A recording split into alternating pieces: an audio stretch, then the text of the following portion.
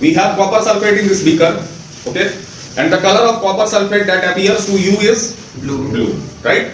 I have taken copper sulfate from this container that I have purchased, and the color is clearly visible to all of you, that is blue. Copper sulfate color is blue. Okay. Now I am going to immerse. I have already immersed a nail inside this, I think 15 minutes earlier, and there is some that reaction has taken place. Again I am immersing a nail. The color of the nail appears to is shiny, lustrous, right? But when I will immerse this nail, after the reaction, the color of this solution will become green. Okay? And when I will take the iron nail out of this solution, the iron nail becomes reddish brown. So let us start the reaction. Okay? And wait for a moment. Gently keep this beaker on the table. This reaction will take some time, okay? But I had already immersed a nail inside the copper sulfate solution few minutes earlier. So can you bring the camera closer? Already I have immersed a nail inside the solution, and focus on the nail which is immersed earlier. You will notice that the color of the shining lustrous nail now turns into reddish brown. When I will take it out, it will appear to you reddish brown. Okay? In the next clip I will show you the nail. आपको last class में बताया था कि copper sulphate के solution का अगर reaction हम iron के साथ करें, जिसे हम लोग डिस्प्लेसमेंट रिएक्शन कहते हैं, तो मैंने क्या किया था बच्चे कि कॉपर सल्फेट का सॉल्यूशन जो कि ब्लू कलर का होता है, ठीक है, आप देख भी सकते हो अब ये पूरी तरह से रिएक्ट नहीं किया है, तो मैंने क्या किया कि कॉपर सल्फेट का जो ब्लू कलर का सॉल्यूशन है उसमें मैंने आयरन के नेल को इमर्स किया, ठीक है. This reaction is a spontaneous reaction but it will take some more time to react. इस रिएक्शन को होने में काफी समय लगता है बच्चे.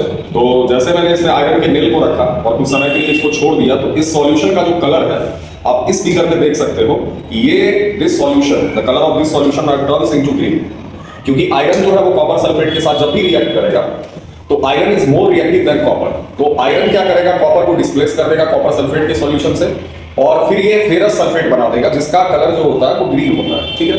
और कॉपर जो है वो सॉलिड फॉर्म में अलग होगा, ठीक है. तो जो कॉपर निकला है, कॉपर का जो कलर होता है बच्चे वो जनरली रेडिश ब्राउन होता है. तो रेडिश ब्राउन हमने इसमें आयरन का जो नेल डाला था वो बहुत शाइनिंग था, लस्ट्रस था, सिल्वर कलर का था. लेकिन अभी मैं आयरन के नेल को अगर मैं निकालूंगा रिएक्शन के बाद, तो आप देखोगे कि इसके ऊपर में रेडिश ब्राउन लेयर का एक कोटिंग आ गया है, ठीक है. और मैं कुछ सॉल्यूशन में आपको दिखा भी सकता हूं कि कॉपर का जो अमाउंट है वो रेसिडुअल फॉर्म में सॉल्यूशन के नीचे में जम गया है, ठीक है. जैसे कि I will ask Sumit to please bring the camera closer, down the bottom, down. Look here, some residual part is deposited at the bottom of the solution. This is nothing but copper, right? This solid is nothing but copper. तो बच्चे एक बार फिर से मैं summarise कर रहा हूं कि कॉपर सल्फेट जिसका कलर होता है ब्लू, ठीक है, और जब इसे हम आयरन के साथ रिएक्ट करवाते हैं तो iron is more reactive than copper. तो कॉपर को कॉपर सल्फेट से आयरन उसके पोजीशन को डिस्प्लेस करके और आयरन वहां अपने पोजीशन को सिक्योर कर लेता है, फिर बन जाता है फेरस सल्फेट जिसका कलर होता है ग्रीन, और आप यहां देख सकते हैं, ठीक है. अभी मैं